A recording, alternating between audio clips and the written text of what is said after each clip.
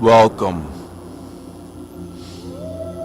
My name is Scott M. Atherton.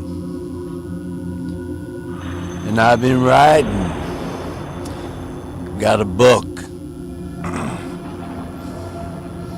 Gonna read it to you. It's called Through the Eyes of a Killer.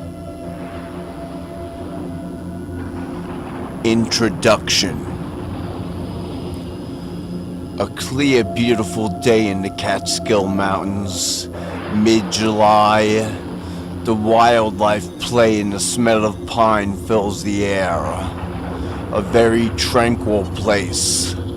In the distance, a beat-up old sedan comes speeding down a dirt road in a remote area. Heavy metal music blasting. The car gets closer and closer, then stops abruptly, skidding. Dust flies. Axle emerges. Mid-30s, well-built, strong like a construction worker. Green eyes with a fire burning in them. Shoulder-length hair, wearing flannel and jeans. Confident, psychotic, sadistic, and sarcastic, with an odd love of golf. His torn boots head for the back of the car. He opens the trunk and a woman is tied and gagged, age unknown. She is bloody and dirty. She is squirming in her jeans and low-cut top. He grabs her and throws her to the ground with a thump. The sun glistens hot as he wipes his brow filled with sweat. He begins to drag her through the brush deeper into the woods. She struggles, but to no avail. He mutters to himself, the woman crying as her mascara and eyeliner drip, but she cannot scream. Deeper into woods they go as the twigs, branches, and leaves are dragged along in her blonde locks. There is a trail of blood forming as she is pulled. Chapter 1. A group of campers walk happily side by side through a trail. They are talking and laughing. They have outdoor gear, including tents and backpacks. Not a care in the world. The four seek a waterfall deep within the forest. Pam, age 26, brunette, sculpted body, beautiful. She doesn't stand for foolishness and carries herself with confidence, knowing she's attractive, but she doesn't flaunt it. Charlie, in good shape but not built. He spends a few days a week at the gym. Age 25, he wears rock t-shirts. Very calm demeanor, intelligent, and he has a great love to share. Pam and Charlie are a couple, 5 years strong. Johnny, a chubby little fellow, age 22, kinky red hair, the troublemaker, wise-ass, cocky. He wears imported beer t-shirts. Jay, tall and thin, long brown hair, a hippie, wears tie-dye. He is sex-starved. He is the black sheep of the family, but has learned to deal with it. Age 24, he is Pam's brother. They are all tired from walking their loads for miles. Sweating, breathing heavily, they stop momentarily for a break. Shit, Johnny, you know where we're going? We've been walking since dawn. I'm getting tired. I need a drink, Jay announces. Johnny responds, I have a map right here in the GPS, so yeah, I know where the fuck we are going. Once we get to that waterfall, you'll be thanking me. Thanks for the update, Daniel Boone. And please remind me why we're doing this on our vacation instead of being in Cancun with a cold beer, beautiful women, and hot sex, asked Jay. Johnny answers quickly. If I remember correctly, you voted for this along with all of us. So if you please, shut the fuck up. Charlie chimes in. Shit, Jay, cut Johnny some slack. I know he's a dick, but come on. Pam interjects. He is right. I think we need to all mellow out. Johnny knows exactly what he's doing. Ain't that right, Johnny? Damn straight, says Johnny. Jay shakes his head. Whatever, damn it. Hang on a second, I gotta take a shit. Johnny grins. We'll walk a little ahead and you can catch up. And watch out for the bears, they love the smell of shit. All start laughing as Jay runs off holding his ass. He runs deeper into the woods, with the crunch of leaves and twigs. The other three move forward with smiles on their faces. The wilderness air fills their lungs. Puzzled, they come across a dirt road not on the map. Johnny calls the others over. Check this out. This road isn't on the map. All huddled around Johnny, interested, questioning looks on their faces. Pam shakes her head. I got a bad feeling about this. Let's follow our planned path as we don't want to get lost. Johnny tries to comfort her. Oh, come on. Won't do any harm walking this road for a mile or so. Remember, map, GPS, we're good. Alright, just wait for Jay, Pam responds. Jay comes running out of the woods quickly while pulling his pants up. He waves behind himself to get rid of the smell. The others turn their heads and laugh as he comes closer. Man, I think I just polluted the forest. What's with the road, Lewis and Clark? Jay questions. I don't know, but we're gonna follow it for a bit, Johnny answers. Shit, once we begin to experience back road hick motherfuckers, I'm out, Jay says with conviction. The group continue to walk and casually pass a no trespassing sign that is covered in vines. As they talk, no one sees it.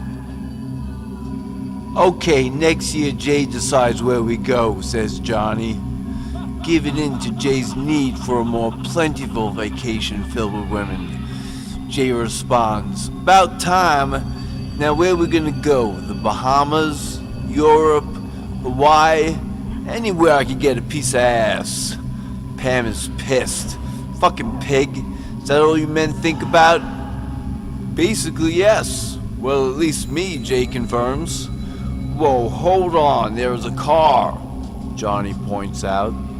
A beat-up sedan is stopped on the dirt road. The trunk and front door is open. I thought you said this area was uninhabited, questions Pam. That's what the camping store told me, Johnny says with a questioning tone. They reach the car, curious. They notice blood leading into the woods. Is that blood in the trunk and on the ground? Charlie questions. I think so, and it's fresh, Johnny responds. Johnny puts his finger on the blood, rubbing it between his fingers, wiping it on his pants after examination. I think we should get the hell out of here like right now, Pam says, obviously scared. Someone may need our help, or it's just a hunter, Johnny says, trying to calm her. A blood-curdling female scream is heard from the woods close to them. Holy shit, we need to go, man, like now. That ain't no hunter, Jay says, panicking. I'm going to see. You can wait here, or are you too afraid to add some spice to this adventure, Johnny says calmly. Johnny heads deeper into the woods, cautiously, taking his time where the scream came from. He pushes away bushes and tree limbs. The rest stand for a moment, look at each other, puzzled, then follow single file. Slowly they walk. Charlie speaks. We should be real quiet, no talking. Watch where you step. Johnny, especially you. Keep your mouth shut. We don't know what we're about to find. This is fucked up. Can't you just turn back now? I don't like this, Jay says with his voice quivering. Shh. Listen, we are close, Pam points out. More agonizing screams are heard. Sound is coming from right over that small hill, Charlie says. The four move slowly up the hill. They begin to crawl quietly. Once at the top, they see Axel.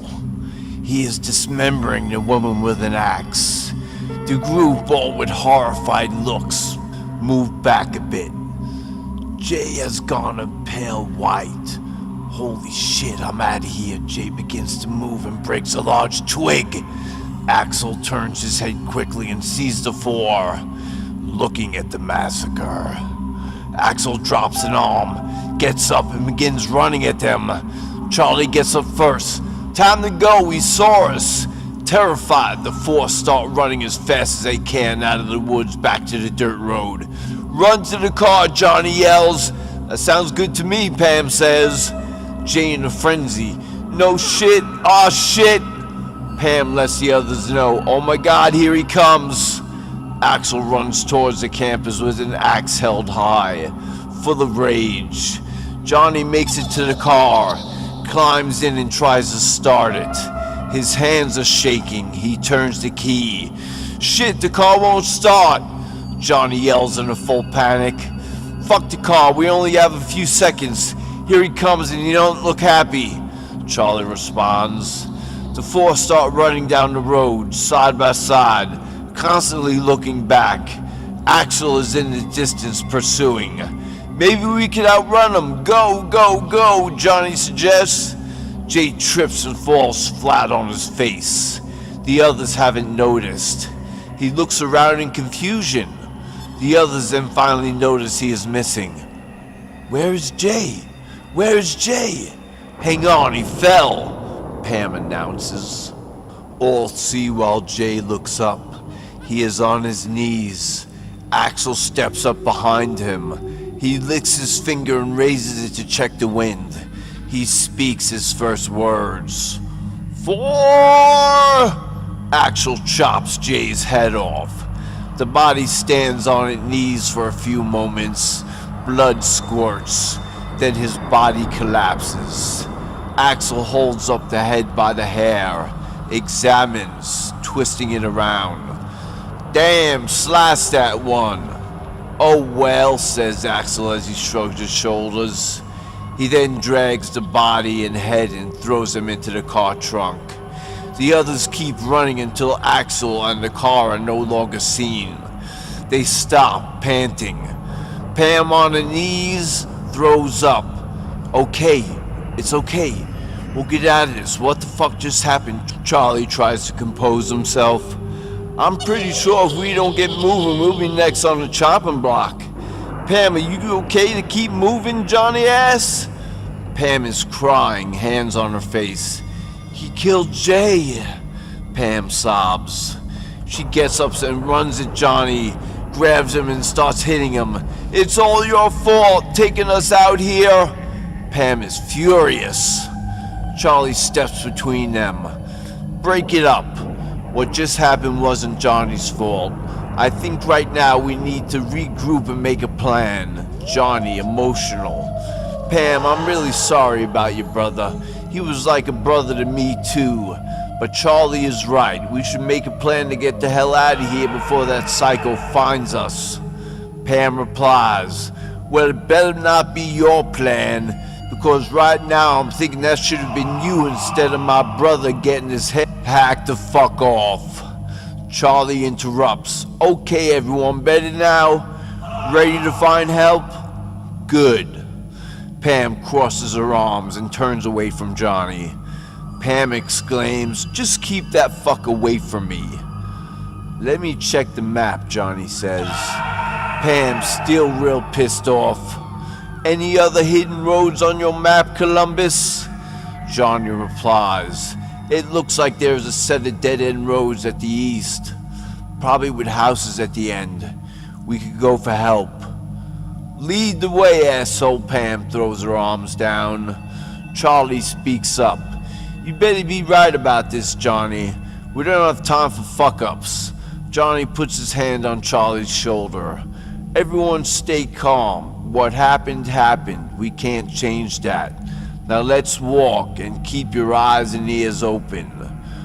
The three walk wider side-by-side formation. There is silence that cuts amongst them. The sound of their feet walking and the wildlife are all that is heard. That is the end of chapter 1. I hope you enjoyed it. Through the Eyes of a Killer by Scott M. Atherton. More chapters coming. See you soon. If I don't get views on this, I'm gonna be honest with you. If I don't get views on this, I don't know, give me 5. Give me 5 views on this, and I'll give you chapter 2. But then after that, you're gonna have to buy the book, which is probably a long time coming. Because, you know, it takes a while to write. And what I'm doing is translating a screenplay into a book, and then I have to write the second half off my head, no, actually not off my head, but off a very rough screenplay that needs a lot of work to finish the story, because this story goes all over the place. It's a book. It's supposed to go all over the place. So we're gonna have a lot of shit going on. Alright. Hope you enjoyed it. I tried my best. Sat down and tried my best.